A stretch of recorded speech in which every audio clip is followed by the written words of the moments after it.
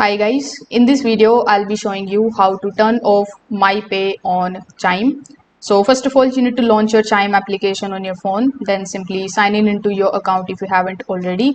Make sure that you are logged into the account that currently has MyPay enabled. Now when you are inside, you just have to simply click on this particular help icon on the top. You can also access it by going to the settings of your Chime account. Then inside the settings, you just have to scroll down a bit and take a look at the help section over here in this list.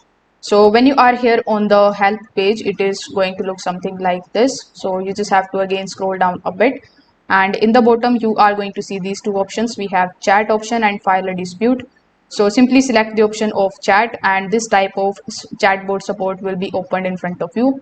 So over here in this particular inbox, you just have to simply type that you want to disable MyPay from your Chime account, and then you just have to send it.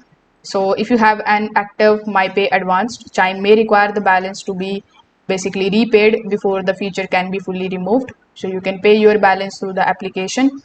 Once support processes your request, you can verify that MyPay no longer appears as an available feature inside your Chime application.